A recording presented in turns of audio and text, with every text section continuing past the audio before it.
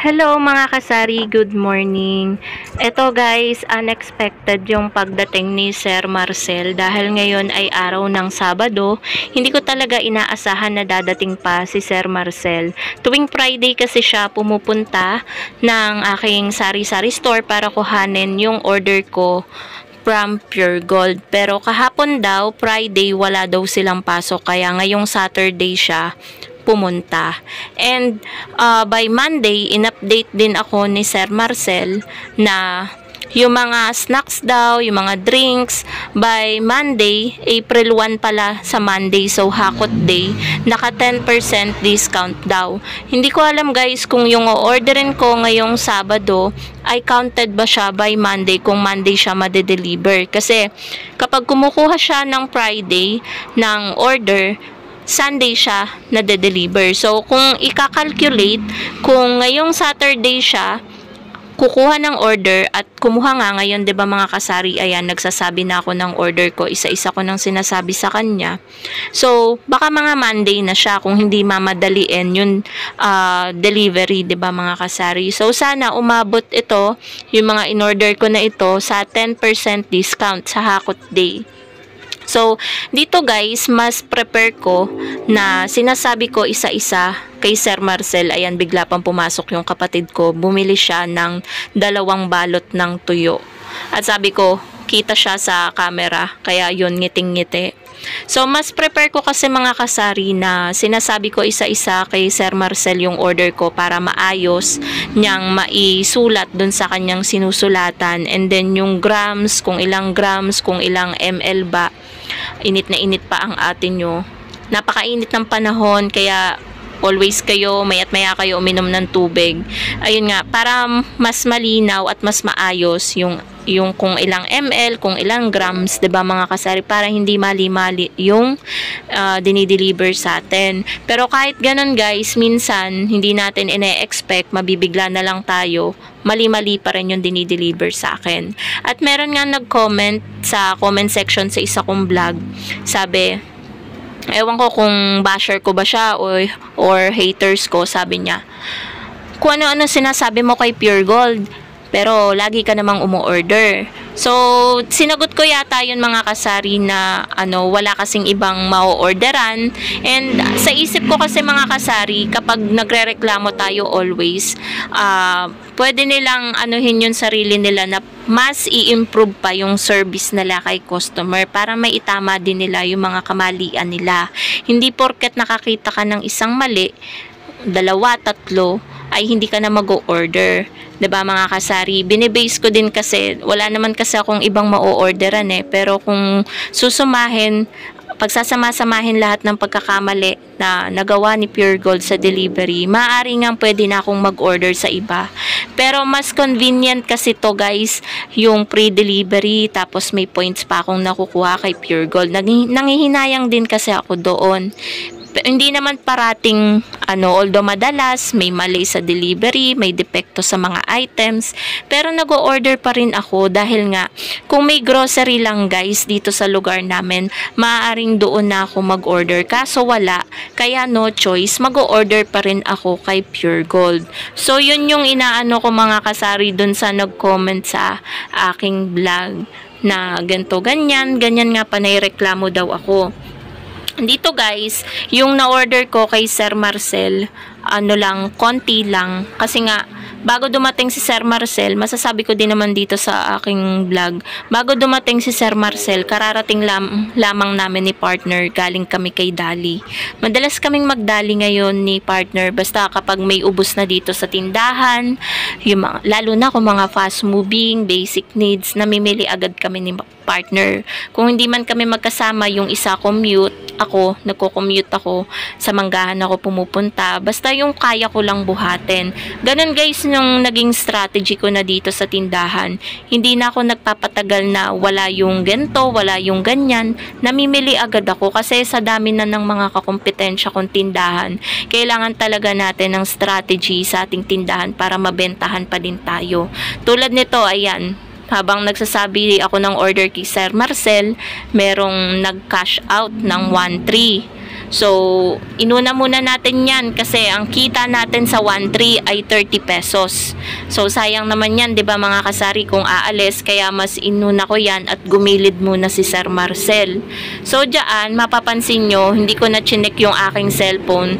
Pero chinek ko namang maigi guys, yung pagpipindot niya kung isesend niya pa talaga. Kasi itong gamit kong cellphone ay kasalukuyang binibidyohan ako. Ito din yon yung gamit kong cellphone. Kaya, hindi ko na chinek mga kasari at dali-dali na akong kumuha ng pera. Pero wag nyo to guys gagayahin.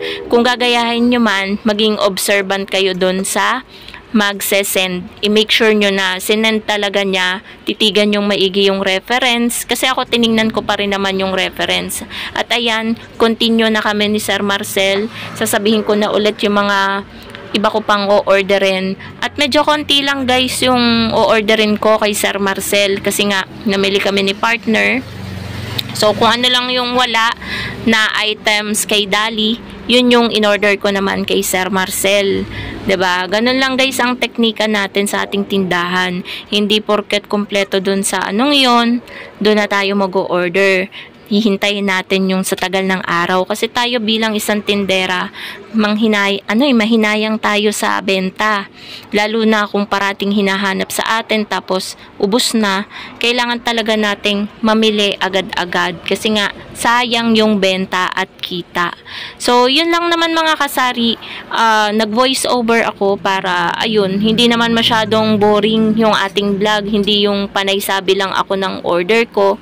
Syempre para alam nyo rin yung mga nangyayari sa likod ng camera. So, ayan, konti lang talaga yung na-order ko kay Sir Marcel, kung ano lang talaga yung kaya ng budget natin na bayaran. Ayoko naman yung guys na mag-o-order ako ng karami-rami tapos hindi ko alam kung saan ko hahagilapin yung pambayad. May gina yung sapat lang yung pambayad natin, yung hindi tayo masisira sa ating mga ahente. Kasi ako mga kasari, never pa akong nasira sa mga ahente ko kapag due date na ng bayaran. Tulad sa sigarilyo, yun lang naman ang may nagpapautang. Talagang on time talaga ako na nakakabayad. Kaya wag nating sisirain din mga kasari yung tiwala ng ating mga ahente. Dahil ang laki ng naitutulong nila sa ating negosyo para mas mapadali yung ating pamimili, 'di ba? Ang laki, mas maka-discount tayo, mas makales ng hassle and ng pagod. Yan yung mga naitutulong ng ating mga ahente. So, pahalagahan din natin mga kasari yung mga ahente na nagde-deliver sa ating mga tindahan. So, ayun guys, ikot-ikot muna ang mata ko. Chinecheck ko pang maigi kasi baka may makalimutan ako. And ayun, nung na-check ko na, pinapirma na ako ni Sir Marcel sa kanyang mahiwagang papel para sila ay makapunta na sa kabilang tindahan. Sabay naman may bumili nung nagpaalam si Sir Marcel. So, kaya umalis na siya.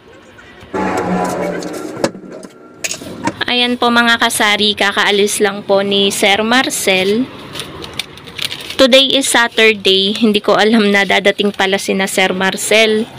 So, nag-order pa rin tayo. Medyo konti na nga lang guys yung in-order natin dahil bago dumating sina Sir Marcel ay nakapamili pa kami ni partner sa Dali dito guys sa Banay-Banay, yung bagong bukas. Hinakalimutan ko na naman mga kasaring mag-vlog. Ang dami naming dinaanan. Una naming pinuntahan, bumili kami ng 2 pakwan. Tapos sumunod, nagpa-cash in kami ng 10K. Tapos sumunod, nagdali kami bago after that, tsaka kami umuwi. Tapos pahinga lang ng konti, maya-maya dumating na si Sir Marcel. Hindi ko kasi talaga akalain na dadating si Sir Marcel.